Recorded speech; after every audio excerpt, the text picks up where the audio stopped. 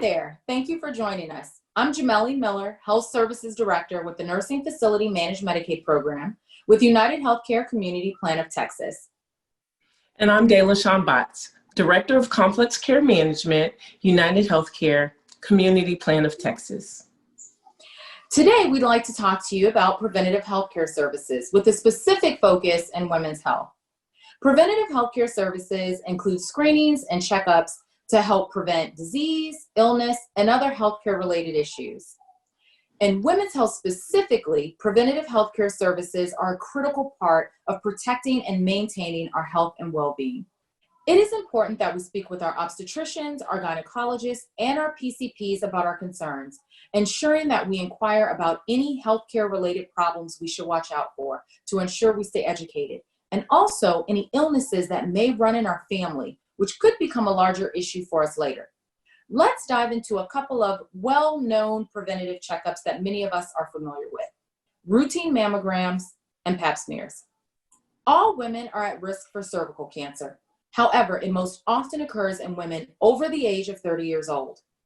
Long-lasting infection with certain types of HPV or human papillomavirus is the main cause of cervical cancer. At least half of sexually active people will have HPV at some point in their lives. There are two preventative health screening tests for cervical cancer. The first is the pap smear, which looks for precancerous cells. And the second, the HPV test, which can cause these potentially precancerous cell changes in women. Dee, can you tell us a little bit about routine mammograms? Sure thing, Jumelie. Breast cancer is the second most common cancer amongst women in the United States. About 1 in 8 U.S. women will develop some sort of invasive breast cancer over the course of her lifetime. White women are slightly more likely to develop breast cancer than their Black, Hispanic, or Asian counterparts. However, Black women have a higher mortality rate. One of the major pillars of breast cancer treatment is early detection. When cancer is found early, it may be easier to treat. Typically, women who are at 40 years of age should consult their physician to discuss when to start and how often to get a mammogram. One best practice in breast self-awareness is becoming familiar with how your breasts look and feel. This can help you notice changes such as lumps, pain, or changes in size. These changes should be reported to your doctor immediately. Jumelie? Thanks, Dee. So we've discussed our physical health, but what about our mental health? During these challenging and unprecedented times, it's important that we stay self-aware of not only our physical health, but also our mental well-being. Dee, can you tell us your thoughts about that?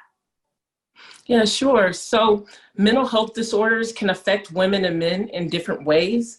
For example, certain diagnoses like depression and anxiety, they're more commonly seen in women.